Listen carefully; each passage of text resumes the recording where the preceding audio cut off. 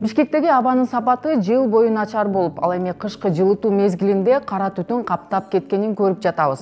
Ушундай эле көрүнүш башка аймактарда дагы байкалууда. Мисалы 2023-жылдын январь айында Ош жана Жалал-Абад областтары абасы эң көп булганган аймак деп аныкталган. Бул аймактагылар 30 күн бою булганган аба менен дем алышкан. Адистер кара түтүн менен дем алуу ден соолукка кооптуу экенин айтышат.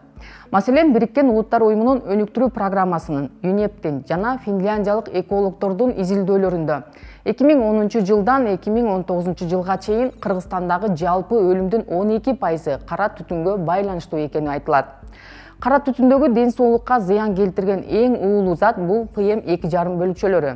Ал абдан майда болгондуктан организмге кирип, оңой эле канга тарап, кан аркылуу жүрөк, кан тамыр, заара чыгаруучу жыныс системаларын, ашказан ичегини жабыркатып, аллергия, өпкө ооруларын козгойт. Бишкекти каптаган кара түтүндүн негизги себеби жеке турак жай ээлери экени аныкталган. Ошондой эле эски катализатору жок машиналар, жылуулук электр борбору жана жыл бою түтөп турган таштанды полигону дагы бар.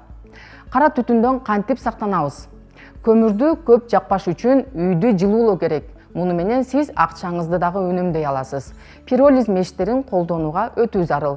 Ал көмүрдү толугу менен күйгүзүп, күл же түтүн чыгарбайт. Көчөгө азыраак чыгыңыз же N95 FFP2 маркасындагы бет капты тагыныңыз. Үйгө абаны тазалоочу каражаттарды коюңуз. Смог климаттын өзгөрүшүнө таасир этет. Ошондуктан биз абаны булгоону азайтуу менен климаттын өзгөрүшүнө каршы күрөшкө дагы салым кошо алабыз.